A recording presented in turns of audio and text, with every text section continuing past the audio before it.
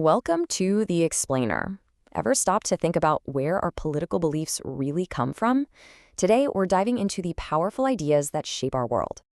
It's a huge question, isn't it? Well, a lot of the time, our beliefs come from these big frameworks called ideologies. And each one has its own story, its own major thinkers, and a real-world impact that affects all of us. So let's get into it.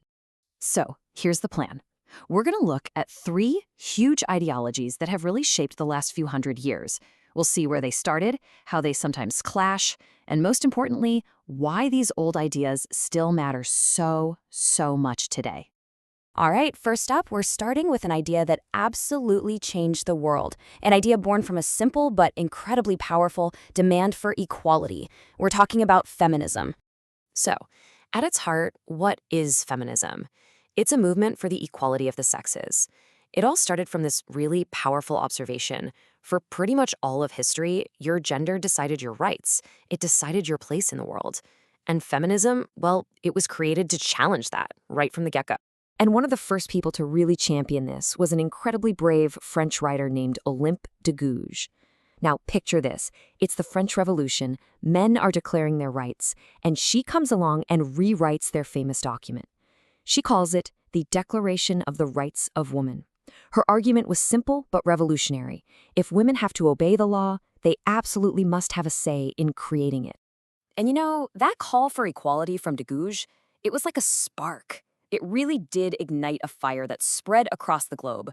Her idea inspired waves and waves of activism. It took time, but look, over a century later, you see huge wins, like women in New Zealand and Australia finally getting the vote in the 1890s. And the movement just kept growing. By the 1920s, feminists in places like Poland were pushing for even bigger changes, like the right to divorce and plan their own families. And this is the key thing to remember. This wasn't just some abstract idea in a book. We're talking about real, tangible changes. The right to vote, the right to own your own property, the legal right to divorce. These weren't minor tweaks. No way. These were massive, life-altering shifts that completely reshaped society for millions and millions of people. Okay, so let's switch gears to a totally different way of thinking. Because while some people were calling for revolution to fix injustice, others were arguing that, hey, maybe society's real strength isn't in radical change, but in sticking with its traditions. This brings us to conservatism. Think of society like a delicate ancient building. The conservative view is that you don't just knock it down and rebuild it from a modern blueprint. No, you treat it as a precious inheritance. You improve it carefully, piece by piece, always preserving the wisdom of the people who built it. A key thinker here is the statesman Edmund Burke. He looked at the chaos of the French Revolution and was horrified. He saw it as a massive evil, just destroying generations of accumulated wisdom. For him, the only safe way forward was slow, gradual change. His whole idea was reform in order to conserve. You make small changes so that you can protect the good things you already have.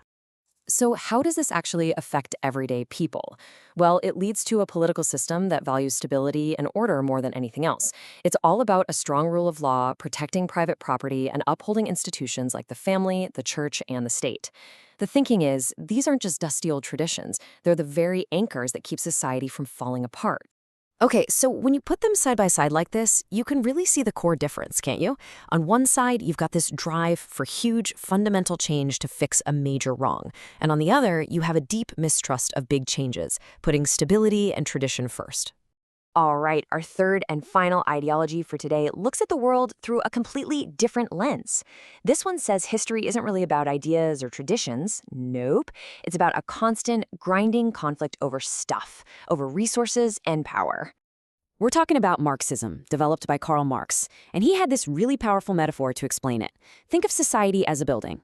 The foundation, the base, is the economy. Who owns the factories, who does the work. Then everything else, our laws, our government, our culture, even our beliefs, that's the superstructure built right on top of that economic base. And Marx's big idea was that the foundation determines the shape of the entire building.